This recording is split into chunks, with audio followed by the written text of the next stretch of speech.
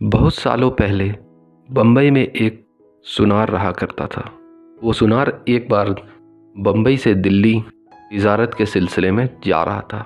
दिल्ली पहुंचने के बाद वो किसी महफिल में गया और अपने पास से कई सारी मोती निकालकर लोगों को दिखाने लगा।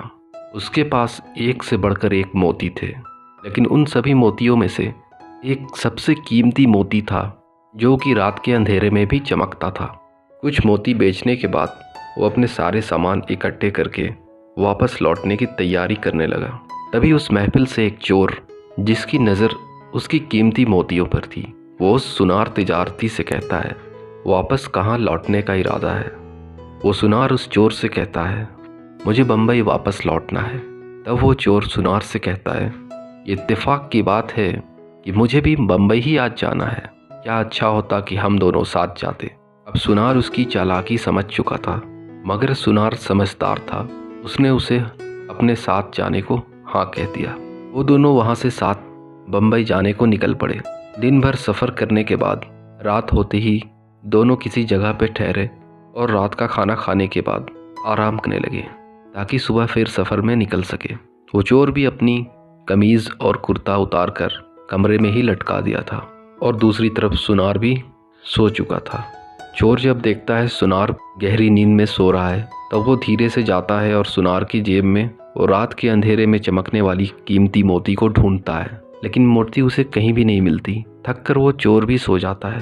जब सुबह दोनों उठते हैं तो वो चोर बातों ही बातों में सुनार से पूछता है, आपकी अंधेरे में चमकने वाली मोती कहीं रात में नजर नहीं आई, कहाँ रखा था आपने? सुनार अपनी जेब में हाथ डालता है और मोती निकाल कर दिखाता है और कहता है, मोती मेरे पास है। चोर सोचता है, कोई बात नहीं, आज रात तो जरूर मोती मैं निकाल लूँगा। फिर दोनों सफ़र में निकल जाते हैं। दिन भर की सफ़र करने के बाद रात फिर किसी जगह पे ठहरते हैं और खाना खाकर सो जाते हैं। चोर आज की रात सुनार की सभी जेब में अच्छी तरीके से ढूंढता है, लेकिन उसे आज भी मोती कहीं नहीं मिलती। चोर बहुत परेशान हो जाता है और मन ही मन सोचता है, सुबह सुनार मोती तो इसी जेब में डाला था, लेकिन आज की रात भी वो नाकामयाब होकर चुपचाप सो जाता है।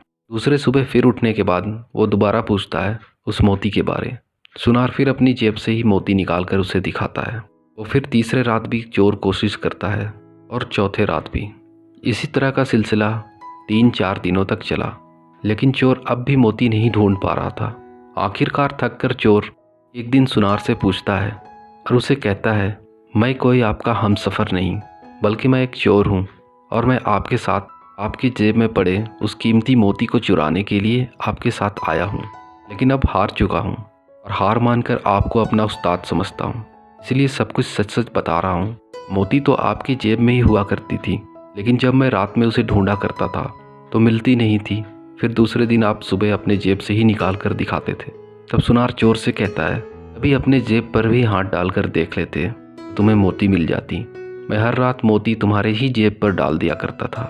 दोस्तों, ये तो एक छोटी सी कहानी थी, लेकिन हम सब भी उस चोर की तरह है जो धन और दौलत की तलाश में मारे मारे फिरते हैं ताकि उस धन और दौलत से ऐशो आराम की चीज़ें खरीद सके और अपनी ज़िंदगी में सुकून ला सके। लेकिन उस मोती की तरह खुदा भी हमारे ही दिल में रहता है, लेकिन उस खुदा को कभी हम अपने पास तलाश नहीं करते, उस सुकून को महसूस नहीं करते, बल्कि धन और दौलत की तलाश में दूसरों के सामने जाते रहते हैं, दूसरों की चीज़ों को देखकर तरसते रहते हैं और सुकून को तलाशते रहते हैं, जबकि असल सुकून हमारे दिल में ही होता है। अपने खुदा को अपने दिल में तलाशे, दोनों जहान में कामयाब हो जाओगे। फ्रेंड्स, अगर ये मेरी स्टोरी आप लोगों को अच्छी लगी हो तो प्लीज़ मेरे चैनल को सब्सक्राइब करें और बेल आइकन भी प्रेस करें ताकि मेरी लेटेस्ट वीडियो आप तक पहुंचती रहे। Thank you.